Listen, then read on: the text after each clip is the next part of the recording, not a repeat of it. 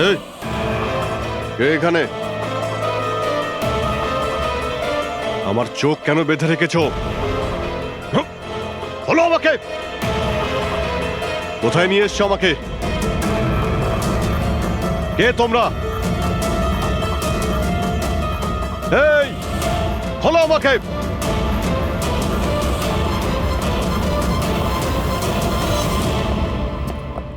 কে তোমরা? হ্যাঁ, চোখ থেকে ওটা খোলো।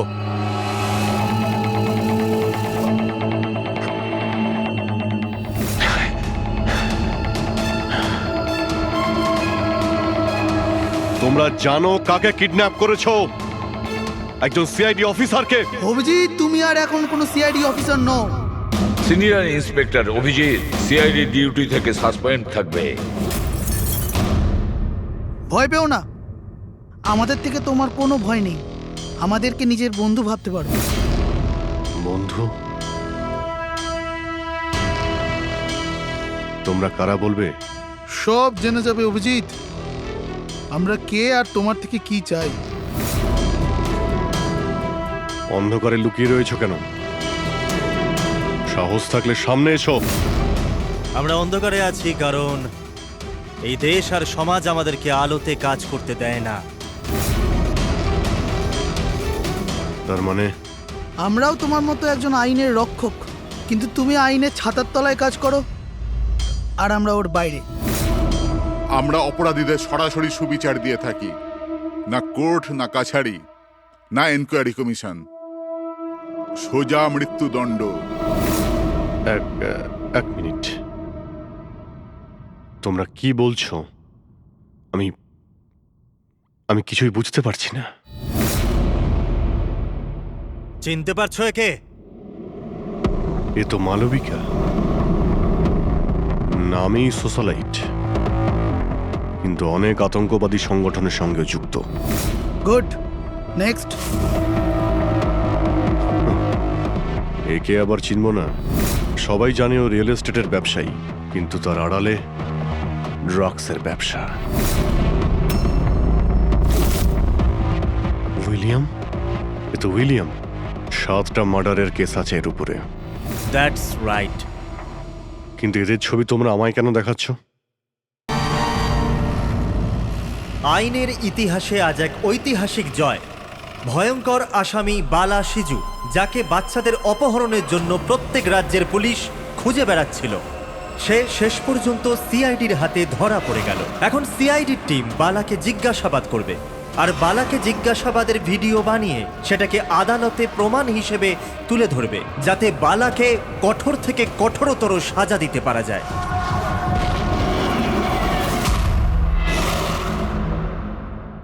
এক কাপ চা পাওয়া যাবে? ওই বাচ্চাগুলো কোথায় যাদের তুই বিক্রি করেছিস? আমি কোনো বাচ্চাকে বিক্রি করিনি।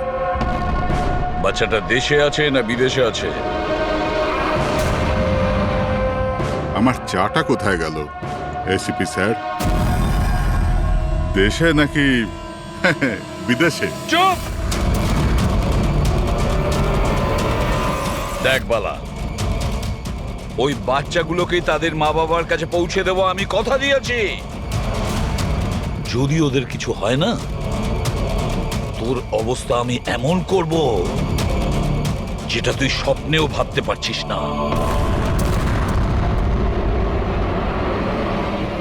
এসিপি স্যার আমাকে হুমকি দিচ্ছেন?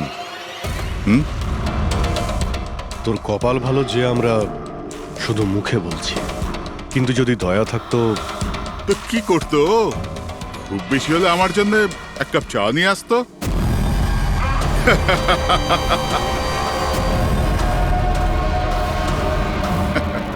পা নিচে নামা। আরে ম্যাডাম, আপনি আমার জন্য চা বানিয়ে আনুন। তাছাড়া মেয়েদের কাজ ঘরেই হয়, এই সিআইডিতে কেন সময় নষ্ট করছেন আপনি? প্রবি, আর যদি আমার ম্যাডামের হাতের চা ভালো লাগে, হ্যাঁ, তো আমি ওর সাথে বিয়ে করবার ব্যাপারেও ভাবতে পারি। উকিল বাবু, এ কিন্তু বড্ড বাড়াবাড়ি করছে। কি তোর এত সমস্যা হচ্ছে কেন অভি? হ্যাঁ? তোর এই ম্যাডামের সাথে কোনো চক্কর চলছে নাকি রে? এটা কি করলেন আপনি? আমার ক্লায়েন্টের উপর হাত তুললেন আপনি।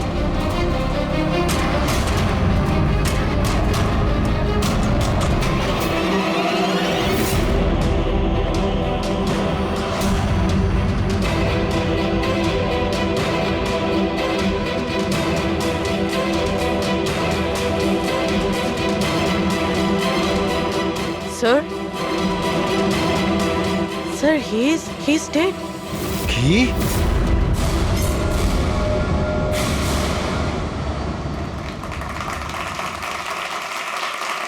Good evening ladies and gentleman and welcome to প্রশ্ন উত্তর। আমি আপনাদের হোস্ট অভয় কুমার আপনাদের স্বাগত জানাই। আজকের বিষয় একটা বিতর্ক যে আমাদের দেশের আইনের রক্ষাকর্তারা আইনের থেকেও কি বড়। আপনারা সবাই এটা নিশ্চয়ই শুনেছেন যে সিআইডির সিনিয়র অফিসার অভিজিতের উপরে বালা নামক এক ক্রিমিনালকে হত্যার অভিযোগ আরোপ করা হয়েছে। এই জন্য আমাদের মাঝে আজকে উপস্থিত আছেন নিজেই senior inspector Abhijit from the CID bureau, যার সাথেই এসিপি প্রদ্যুমান স্যারও, ওয়েলকাম স্যার, আর senior inspector Daya CID bureau থেকে।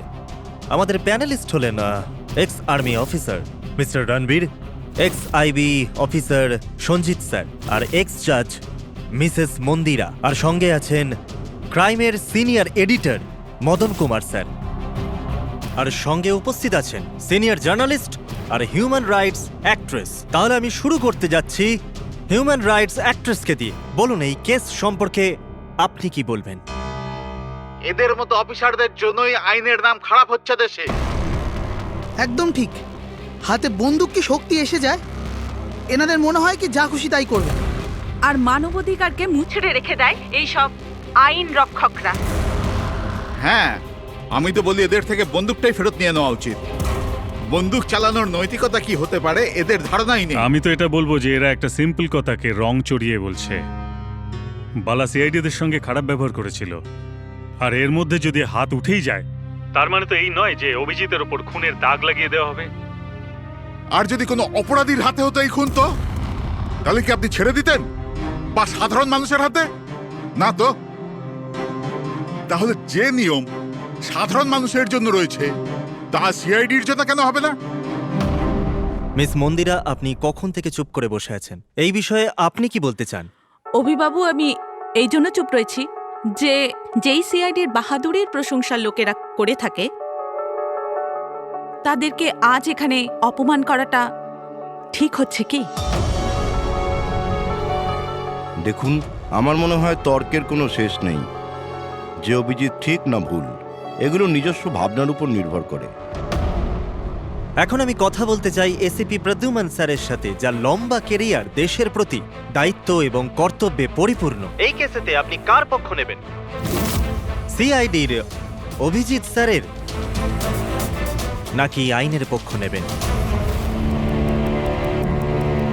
দেখুন, আজ পর্যন্ত আমি বরাবর আইনকে সমর্থন করেছি, আর পরেও সমর্থন করব। আমি ন্যায়ের পক্ষেই। আর এ কথা বলার কাউকে আমি সুযোগ দেব না যে আইন সিআইডির জন্য একরকম আর সাধারণের জন্য অন্যরকম। যতক্ষণ না এনকোয়ারি কমিশনের ডিসিশন জানাচ্ছে ততক্ষণ senior inspector Abhijit CID duty থেকে সাসপেন্ড থাকবে।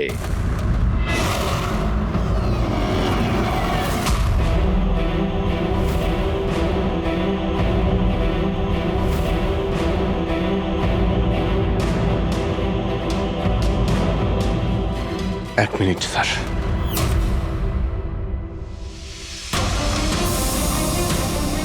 স্যার, আমার ব্যাপারে লোকেরা কি বলল তাতে আমার কিছুই যায় আসে না।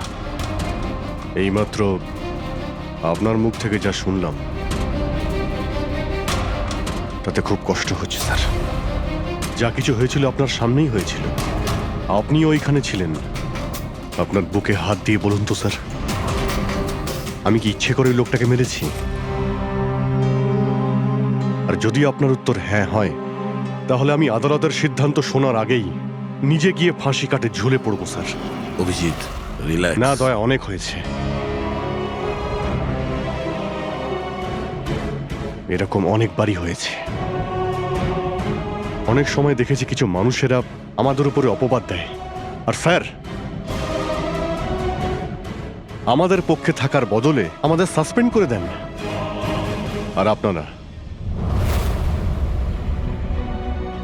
বড় বড় কথা বলছিলেন মানবাধিকারের। কি বলছিলেন আপনি? আমাদের হাত থেকে বন্দুক নিয়ে নেওয়া উচিত। আজ আপনারা বাড়িতে সুরক্ষিত হয়ে যে হোলি আর দীপাবলি কাটাতে পারেন, সেটা সেই কারণ আমাদের হাতে বন্দুক রয়েছে। সারা রাত ধরে আমরা জাগি যাতে আপনারা নিশ্চিন্তে ঘুমোতে পারেন।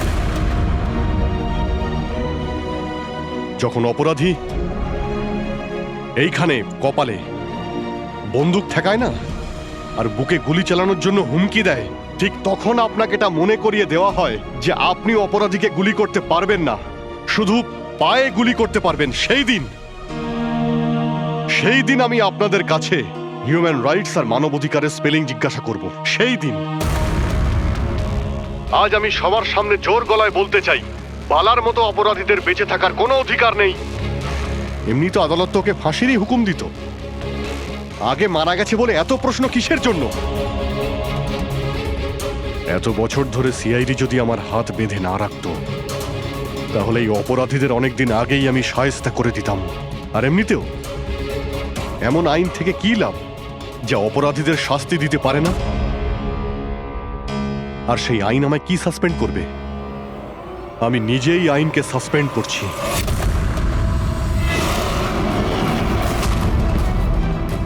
মনে সাহস আর পকেটে রেজিগনেশন নিয়ে আমি সবসময় ঘুরি।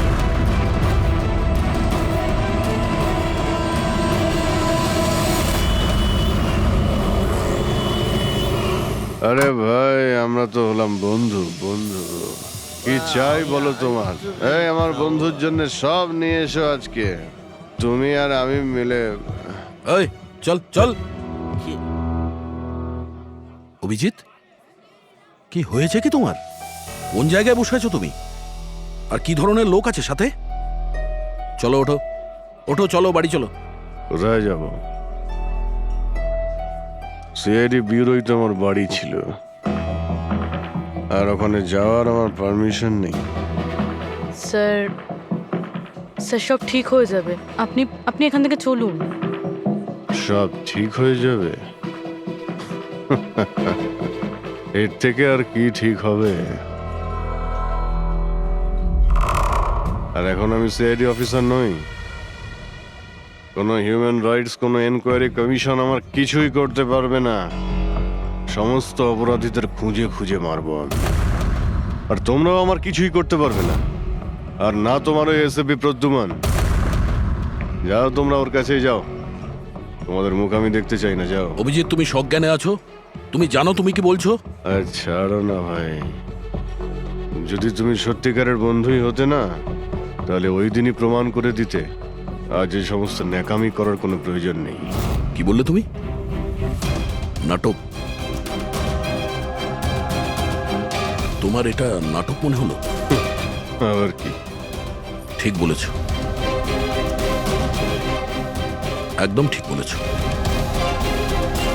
স্যার, যাও যাও, তুমিও যাও।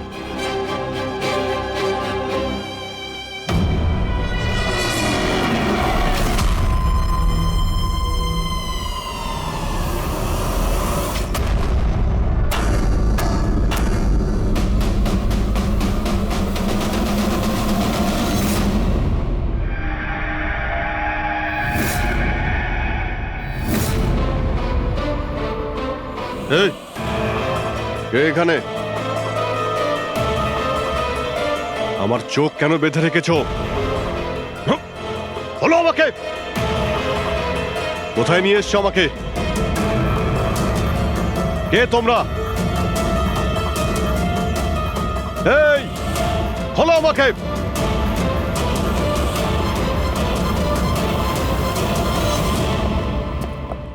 কে তোমরা? হ্যাঁ, চোখ থেকে ওটা খোলো।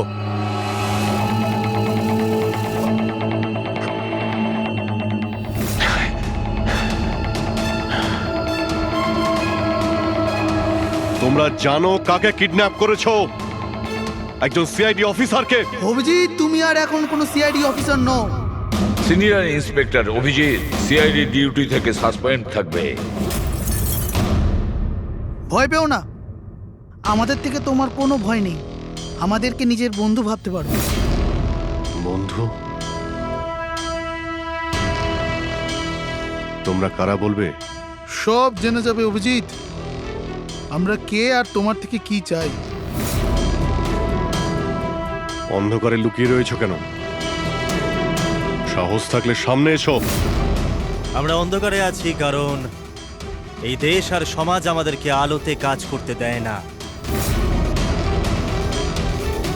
তার মানে আমরাও তোমার মতো একজন আইনের রক্ষক, কিন্তু তুমি আইনের ছাতার তলায় কাজ করো আর আমরা ওর বাইরে। আমরা অপরাধীদের সরাসরি সুবিচার দিয়ে থাকি, না কোর্ট, না কাছারি, না এনকোয়ারি কমিশন, সোজা মৃত্যুদণ্ড। এক মিনিট, তোমরা কি বলছো? আমি কিছুই বুঝতে পারছি না। চিনতে পারছো একে? এ তো মালবিকা, নামেই সোশ্যালাইট, কিন্তু অনেক আতঙ্কবাদী সংগঠনের সঙ্গে যুক্ত। Good, next. একে আবার চিনব না? সবাই জানে ও রিয়েল এস্টেটের ব্যবসায়ী, কিন্তু তার আড়ালে ড্রাগসের ব্যবসা। উইলিয়াম? এ তো উইলিয়াম। 7টা মার্ডারের কেস আছে এর উপরে। That's right. কিন্তু এদের ছবি তোমরা আমায় কেন দেখাচ্ছ? আমার কাছে কি চাইছো? বলবো, প্রথমে তুমি এটা বলো যে যদি তুমি এটা জানতে পারো যে এই অপরাধীদের আইন কখনোই সাজা দিতে পারবে না, তখন তুমি কি করবে? যদি এরা কখনো শাস্তি না পায় তো?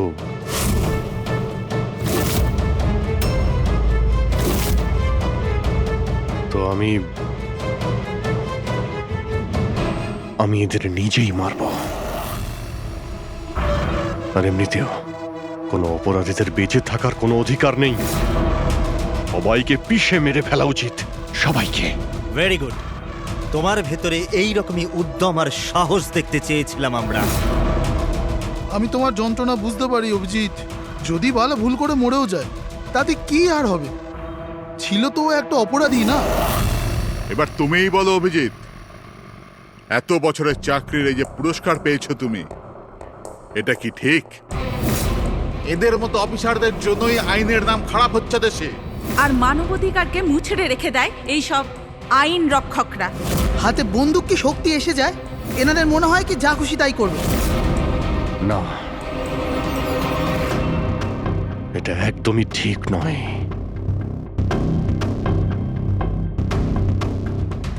শুধু আমিই জানি সবার সামনে এইভাবে অপমানিত হতে ঠিক কেমন লাগে, কতটা যন্ত্রণা হচ্ছে আমার। আমরা বুঝতে পারছি অভিজিৎ, এই জন্যই তো তোমার দিকে বন্ধুত্বের হাত বাড়াতে চাই। আমাদের গ্যাংয়ের কাজ হলো এই অপরাধীদের শাস্তি দেওয়া, যাদেরকে আদালত খোলা ছেড়ে দিয়েছে। হাত মেলাবে আমাদের গ্যাংয়ের সাথে? এত কি ভাবছো অভিজিৎ? আমাদের সঙ্গে থাকবে নাকি ওই সিস্টেমের সাথে, যে অজান্তে হওয়া একটা ঘটনার জন্য তোমাকে শাস্তি দিয়েছে? আমি জানি না যে তোমরা কারা, তবে লড়াই যখন অপরাধ আর অপরাধীদের বিরুদ্ধে, তখন আমার উত্তর সবসময় হ্যাঁ। কিন্তু এর প্রথমে তোমাকে বিশ্বস্ততার পরীক্ষা দিতে হবে। বিশ্বস্ততার পরীক্ষা? এই লোকটা কে? গগন, যে 5 জন মহিলাকে খুন করেছে, আর আদালত একে মানসিক ভারসাম্যহীন হিসেবে মুক্তি দিয়ে দিয়েছে। নাও রিভলভার আর চালাও গুলি।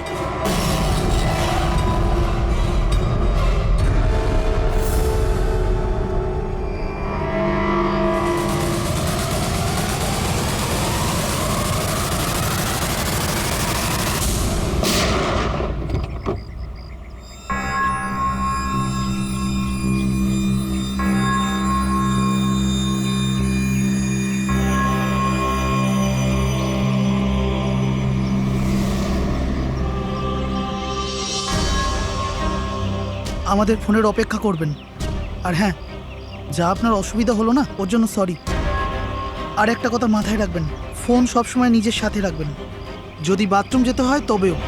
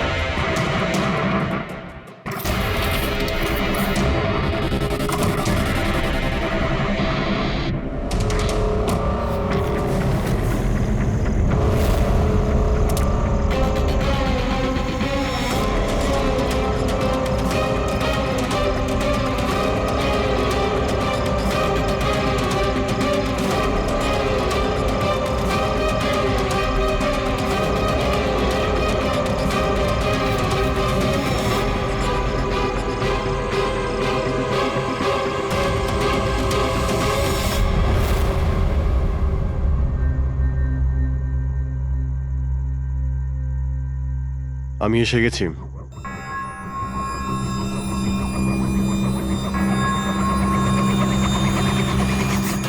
আমাদের সন্দেহই ঠিক। মানে যে গল্পটা আমরা ফেদেছিলাম সেটা বিশ্বাস করেছে ওরা। এটা তো হওয়ারই ছিল। যে জালে ওরা ফেসেছে সেটার প্ল্যান আমরা 1 মাস আগেই করেছিলাম। তবে স্যার, এত নামী অপরাধীদের একের পর এক খুন হওয়া, এটা কোনো কোইন্সিডেন্স হতে পারে না। স্যার, এই সমস্ত অপরাধীদের নতুন শত্রু কে এসছে? সেটাই তো আমি ভাবছি দয়া। এই 5 জনের একটা শত্রু থাকবে সেটা সম্ভব নয়। কিন্তু স্যার, আলাদা আলাদা থাকলে তারা একসাথে হামলা করলো কিভাবে? পুরোপুরি লোকগুলো আলাদা হতে পারে, কিন্তু গ্যাং একটাই, মোটিভও একটাই, খারাপ মানুষগুলোকে শেষ করা। কিন্তু আইনকে নিজের হাতে নিয়ে আলাদা আলাদা শহরে আলাদা আলাদা সময় খুন করা, এত লম্বা প্ল্যানিং কেউ একা করতে পারবে না। একদম ঠিক বলছো অভিজিৎ। মনে হয় তুমি কিছু পেয়েছো। হ্যাঁ হ্যাঁ বস। কি বস, এটা একজন খুনির কাজ নয়, কারণ বেশিরভাগ ক্ষেত্রে এক একজন খুনির খুন করার পদ্ধতিটা নিজেদের পছন্দ মতো, কিন্তু এক্ষেত্রে সেটা হয়নি। এই দেখো, একে গুলি করা হয়েছে, গুলি অনেক দূর থেকে করা হয়েছে, কিন্তু সেটা সোজা এসে হার্টে বিঁধেছে, 1 ইঞ্চিও এদিক ওদিক নয়। আর একটা, একে মার্শাল আর্টের একটা বিশেষ পদ্ধতি দিয়ে মারা হয়েছে, খুবই বিপজ্জনক, একটা আঘাতেই শেষ। আর এই তৃতীয় মার্ডার, এই তৃতীয় ব্যক্তিকে বিষ দিয়ে হত্যা করা হয়েছে। একটা ছোঁচলো জিনিস দিয়ে বিষটা ইনজেক্ট করা হয়েছে সোজা আর্টারিতে। বিষটা খুব তাড়াতাড়ি রক্তে মিশেছে আর স্পট ডেড। তাহলে তৃতীয় মার্ডারটাও কোনো এক্সপার্টই করেছে স্যার? হ্যাঁ অভিজিৎ, প্রথম শার্প শুটার, দ্বিতীয় মার্শাল এক্সপার্ট, আর তৃতীয় জন খুব ভালো করে ইনজেকশন দিতে জানে। তারা যারাই হোক, মানুষকে বিশেষভাবে মারার প্রশিক্ষণ প্রাপ্ত এরা, যেমন কোন স্পেশাল এজেন্ট। আর হতে পারে এই গ্যাংয়ে এই ধরনের চিন্তা ভাবনা করার মতো আরো লোক আছে, যারা এই সমাজ থেকে অপরাধীদের সরিয়ে দিতে চায়। স্যার, যদি ওরা এত এক্সপার্ট হয়ে থাকে, তাহলে না ওরা কোনো প্রমাণ রাখবে? না কোনো সূত্র। ওদেরকে ধরবো কিভাবে? লোহাই লোহাকে কাটতে পারে পুরবী। এদের গ্যাংকে ধরার একটাই রাস্তা আছে, বালার মৃত্যুর নাটক। সবকিছু প্ল্যান অনুযায়ী হচ্ছিল স্যার। তারপরে ওরা আমাকে ট্রিগার প্রেস করে একটা লোককে মেরে ফেলতে বলে। আর তুমি ট্রিগারে চাপ দিয়েছিলে? Yes sir. ট্রিগারে চাপ দিয়েছিলে? Yes sir. এসব কি হচ্ছে? হ্যাঁ, বলেছিলাম না আমরা তোমার পরীক্ষা নেওয়া হবে, এটা দেখার জন্য যে তুমি এই কাজটাকে পরিণতি দিতে পারবে নাকি। আমায় কাকে মারতে হবে? এমন একজন মানুষ যে মানুষ বলার যোগ্যতা হারিয়েছে, দেশের উত্তরের রাজ্যগুলোতে ড্রাগসের ব্যবসা করে, আর জানি না এর জন্য কত যুবক নিজের জীবন বরবাদ করে দিয়েছে। তার নাম? নিজেকেও অনেক বড় বিজনেসম্যান মনে করে, কিন্তু ড্রাগ ডিলিং করাই হলো ওর আসল কাজ। একবার যদি ও শহরে ফিরে আসে, ব্যাস তারপরে ওর কাজ শেষ। নাম? নামে কি এসে যায়?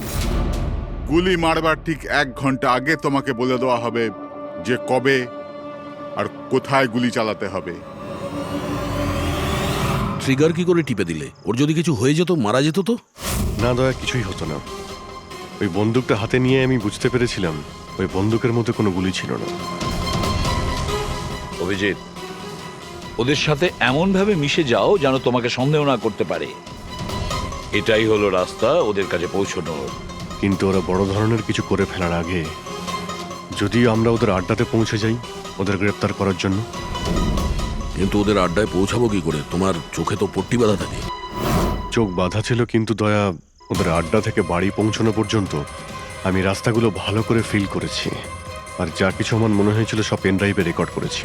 এগুলো আমার জামা কাপড় আর জুতো। যদি এর থেকে কিছু সাহায্য পাওয়া যায় ওদের আড্ডায় পৌঁছানোর জন্য।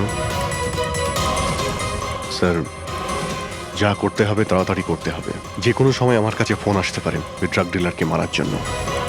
আর আমি এই ধরনের কাজ করতে চাই না যার পারমিশন আইন আমাকে দেয় না। যতক্ষণ আইন না বলছে আমরা কাউকে মেরে ফেলতে পারি না, সে কোনো বড় অপরাধী হলেও।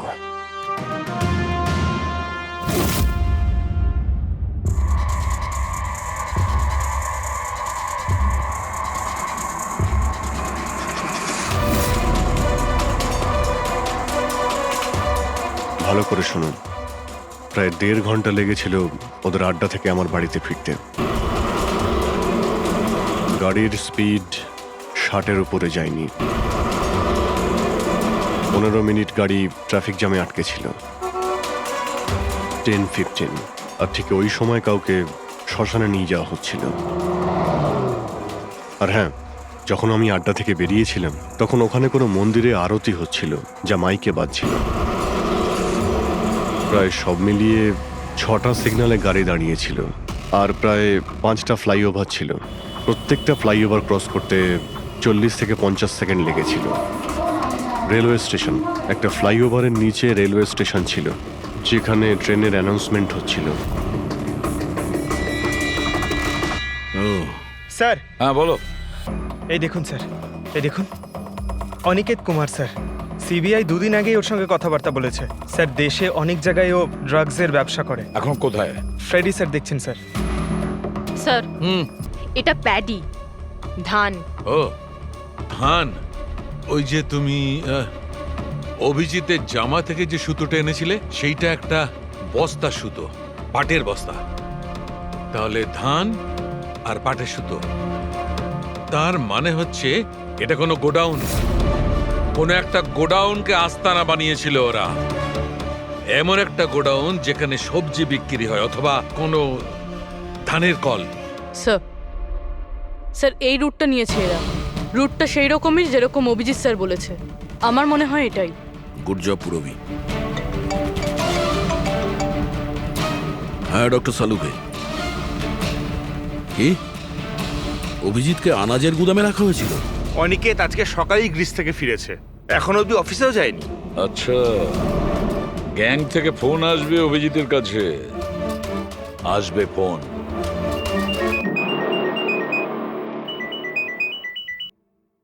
হ্যালো। আপনার জন্য একটা সুখবর আছে অভিজিৎ স্যার। যে সময়ের আপনি অপেক্ষা করছিলেন সেটা এসে গেছে। আজকের এই শুভ দিনে এক অপরাধী শাস্তি পাবে। ঠিক 1.5 ঘন্টা পরে একটা কালো রঙের গাড়ি আসবে আপনার কাছে, আর বলে দেওয়া হবে আপনি কার ওপর আর কখন গুলি চালাবেন। হ্যাঁ, কিন্তু রাইফেল কোনটা? তাতে কি যায় আসে রাইফেল কোনটা? আপনাকে তো সিআইডি ট্রেনিং এ সব ধরনের ট্রেনিং দেওয়া হয়েছে, তাই না? হ্যাঁ, আমাকে সব ধরনের ট্রেনিং দেওয়া হয়েছে, কিন্তু আমার কাছে একটাই চান্স গুলি চালানোর। যদি আমি জানতে পারি বন্দুকটা কোন ধরনের, তো একটু সহজ হবে। RS 451। ওকে, RS 451।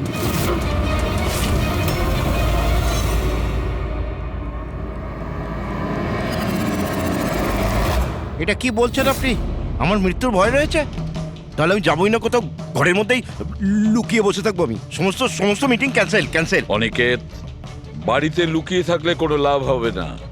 ওরা প্ল্যান করে বসে আছে তোমাকে মারার জন্য। ওরা তোমাকে মেরেই ফেলবে। আপনারা কিছু করুন না, আপনারা সিআইডির লোক, বাঁচান আমাকে। বাঁচাবো আমরা তোমাকে। আর এবার গুলি আমাদের অফিসার তোমাকে করবে। তোমার জামার ভেতরে একটা বুলেট প্রুফ জ্যাকেট থাকবে আর কিছু রক্তের প্যাকেট। কিন্তু স্যার, লক্ষ্য এদিক ওদিক হয়ে গেলে যদি গুলি মাথায় লেগে যেত? কিচ্ছু হবে না, কারণ গুলিটাও নকল থাকবে। আর হ্যাঁ, তুমি তোমার কর্মফল ভোগ করবে। তোমাকে শো করে ওই মাস্টার মাইন্ডকে আমরা আগে ধরবো। এবারে বলো, মিটিং এর জন্য কোথায় যাচ্ছিলে তুমি? পরের মিটিং 1 ঘন্টার মধ্যেই হবে। এই মলের বাইরে একটা লঞ্চে হবে। মলের বাইরে? হ্যালো, আমার মনে হচ্ছে মিশনটা ক্যান্সেল করতে হবে। কিন্তু কেন? বালা বেঁচে আছে।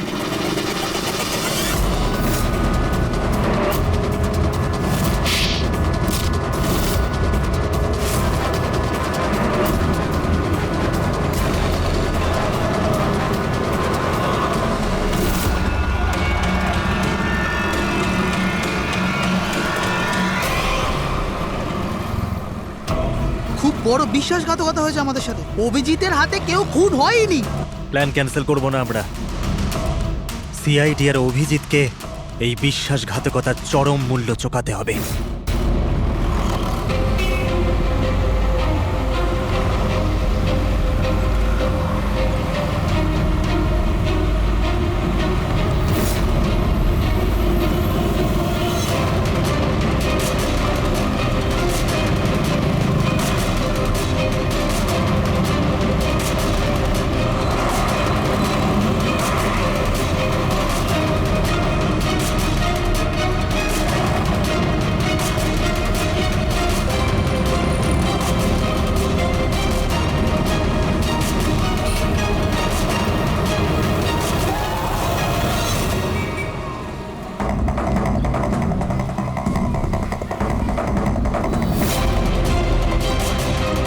এখানে ওই লোকটা আসতে চলেছে। কিন্তু ওই লোকটা কে? অপেক্ষা কর, জানতেই পারবি। চল তোকে ওই জায়গাটা দেখাই, যেখান থেকে তোকে গুলি চালাতে হবে ওর উপর।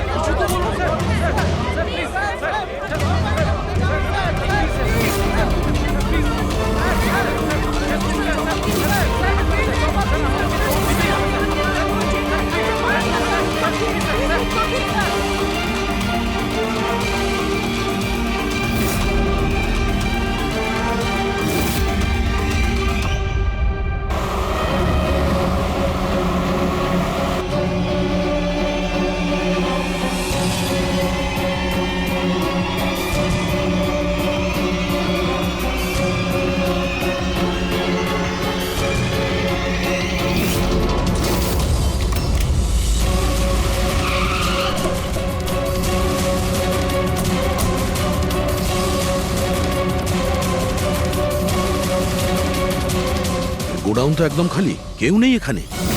হ্যাঁ স্যার, এটা তো সেই গুদাম নয় যেটা আমরা খুঁজছি। ও দাদা ভাই, কে আপনারা? কি চাই? তুমি এখানে কাজ করো? ইয়েস। এই গোডাউন কেউ ব্যবহার করছিল কি? না তো, গত 2 বছর ধরে বন্ধ পড়ে আছে। এই গোডাউনটা আমার বস বিক্রি করতে চায়, তা আপনি কি কিনবেন?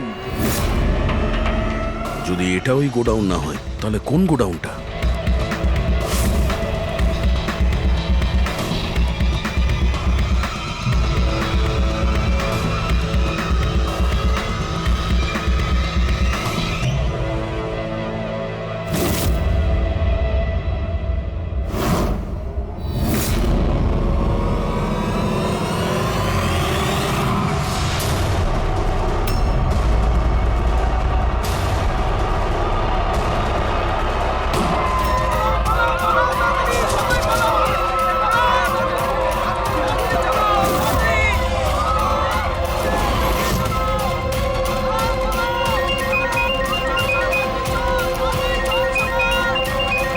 হ্যালো। অভিনন্দন অভিজিৎ, তোমার সাফল্যের জন্য। Aniket is finished. এবার দেখা করে অভিনন্দন জানাবো তোমাকে। ঠিক আছে, আসছি আমি।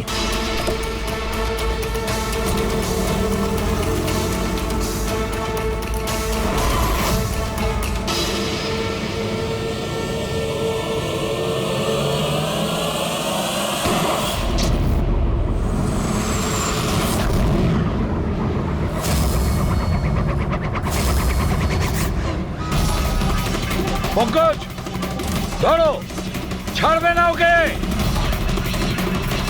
ও নো স্যার। কি হয়েছে? স্যার আমি একটা ভুল করে ফেলেছি, ওই তিলকনগরের গুদামটা মিস করেছি। স্যার এই দেখুন স্যার, ওখানেও একটা মন্দির আছে, শ্মশান আছে, ফ্লাইওভার আছে আর রেলওয়ে ট্র্যাক। আচ্ছা, ওই গোডাউনটা না তো? কত দূর এখান থেকে? স্যার ট্রাফিক জ্যাম নিয়ে 40-45 মিনিট লাগবে। স্যার, অপরাধীরা জানতো আমাদের প্ল্যানটা। অভিজিৎ স্যারের নকল গুলি চালাবার কথা। অভিজিতের সামনে বিপদ, দয়াকে ফোন করতে হবে। দয়া, দেখো অনিকেতকে কেউ গুলি করেছে, আসল গুলি। হ্যাঁ, অভিজিতের সামনে বিপদ। ওদের আড্ডা জানতে পেরেছো? না স্যার, খুঁজছি। তাড়াতাড়ি তাড়াতাড়ি দয়া, আমাদের হাতে টাইম নেই।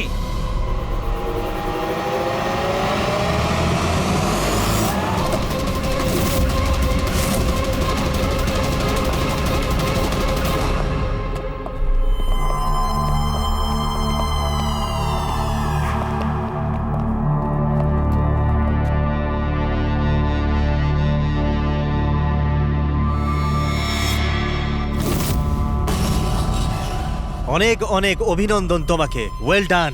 অনিকেতের মৃত্যুর খবর প্রত্যেকটা নিউজ চ্যানেলে দেখাচ্ছে, আর এখন তুমি আমাদের বিশ্বাস জিতে নিয়েছো। এই জন্য এখন অন্ধকার থেকে আলোতে এসে তোমার সাথে নিজেদের পরিচয় করাবো।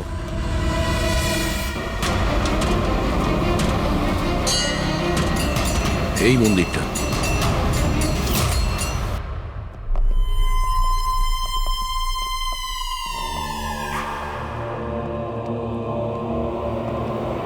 আমাদের প্যানেলিস্ট হলেন ex IB officer Sanjit sir, আর এক্স জাজ Mrs Mandira, ex army officer Mr Ranbir. ও, তো আপনারা? হ্যাঁ, আমরা। কেন চমকে গেলেন নাকি আমাদের দেখে? ভুলে গেলেন সেই দিনটা যখন শুধু আমি সমর্থন করেছিলাম আপনাকে?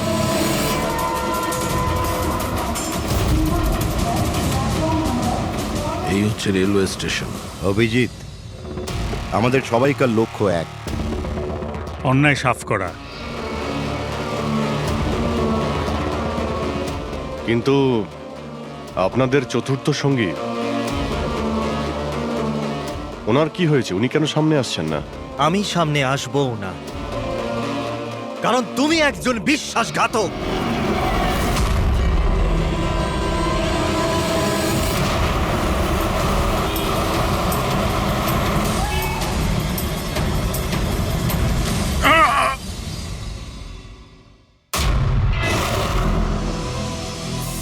বালা বেঁচে আছে? হ্যাঁ, এ বেঁচে আছে, কারণ এই সব কিছু সিআইডির প্ল্যান মাফিক কাজ ছিল আমাদের ফাঁসানোর জন্য। আর এই হচ্ছে শ্মশান ঘাট। আর অনিকেত? সেও নিশ্চয়ই জীবিত আছে, নিশ্চয়ই এই অভিজিৎকে নকল গুলি মেরেছে। অভিজিৎ, এই বেইমানির জন্য একটাই সাজা, শুধু মৃত্যু, শুধুই মৃত্যু। তুমি আর বালা দুজনেই মরবে, দুজনেই। আর তোকে আমরা মারবো না, তোকে এ মারবে। আমি কেন? কেননা একজন বাহাদুর এবং সৎ ইন্সপেক্টরকে মারা আমাদের নীতির বিরুদ্ধে। চল, তুই মার, নইলে আমরা তোকে মারবো। ও তো আপনারা এমনিই মারবেন। না, আমরা তোমাকে আর একটা সুযোগ দেব। চালাও গুলি। নেবালা, পিস্তল নে। এই নে।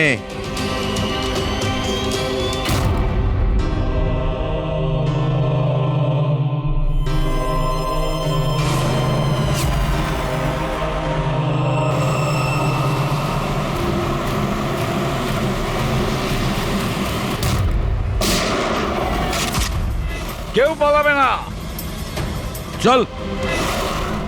আমি আপনাদের হোস্ট অভয় কুমার। আমরা যা করেছি তাতে আমাদের কোনো আফসোস নেই।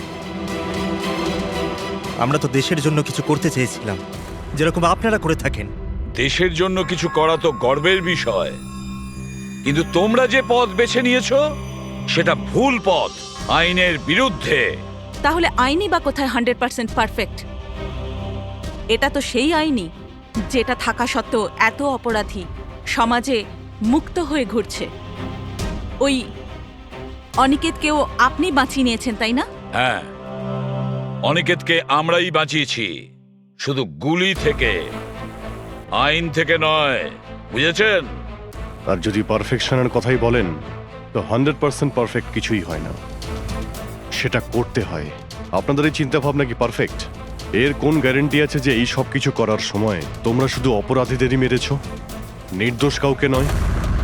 আর সেই আদালতের কাছে নিজের অভিযোগ জানিও, সেই আদালতকে যাকে তোমরা অশ্রদ্ধা করতে, আর সেই আদালতই তোমাদেরকে সংশোধন করবে।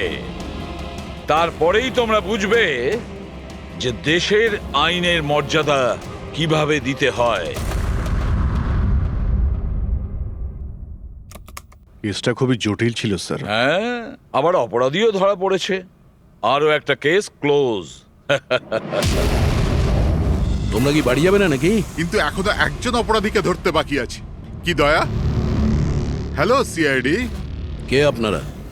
কি চাই এখানে? আমি বিক্রম, ক্রাইম টিম থেকে। আমাকে এখানকার তল্লাশি নিতে হবে। এই হলো সার্চ ওয়ারেন্ট। তল্লাশি?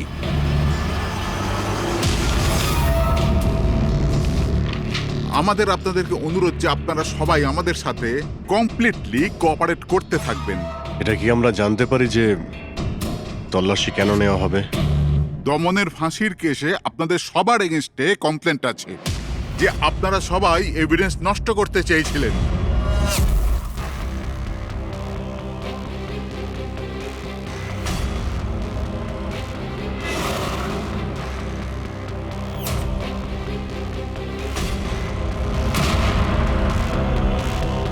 তল্লাশি শুরু করো।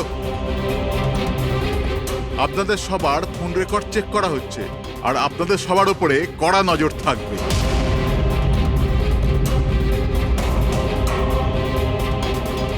আর হ্যাঁ, আপনাদের সবার সাথে একা একা প্রশ্ন উত্তরও করা হবে। আমার আপনাদের ব্যক্তিগত পরামর্শ হলো, যাই বলবেন একদম সত্যি বলবেন। এটাই সিআইডির ভবিষ্যৎ তৈরি করবে। এই, আমরা সিআইডির কোনো গ্যাসের বেলুন নয়। আর তুমি কে আমাদের ফিউচার ঠিক করার? হ্যাঁ, সিআইডির অস্তিত্ব সত্যের উপরে দাঁড়িয়ে রয়েছে, মিথ্যের উপরে নয়। হ্যাঁ হ্যাঁ, আমি জানি আপনারা সিআইডির লোক, জানি আমি।